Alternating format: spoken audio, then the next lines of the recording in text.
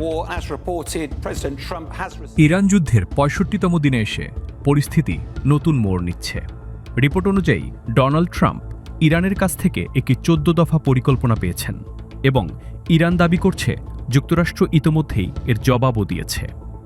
যদিও পরিকল্পনার পূর্ণ বিবরণ প্রকাশ করা হয়নি, তবে জানা যাচ্ছে এতে এমন কিছু শর্ত রয়েছে যা ওয়াশিংটনের কাছে গ্রহণযোগ্য হওয়ার সম্ভাবনা খুবই কম।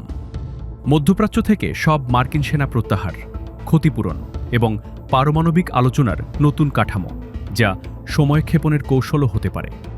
এই প্রস্তাব দেখে মনে হচ্ছে না ইরান আত্মসমর্পণের পথে অথবা মরিয়া হয়ে আলোচনায় বসতে চাইছে, যেমনটা ট্রাম্প দাবি করেছিলেন।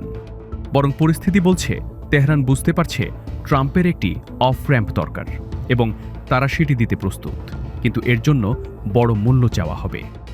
এদিকে উত্তেজনার মধ্যেই হরমুজ প্রণালী সংলগ্ন এলাকায় একটি বাল্ক ক্যারিয়ার জাহাজে ছোট নৌকার একটি বহর হামলা চালিয়েছে বলে খবর পাওয়া গেছে।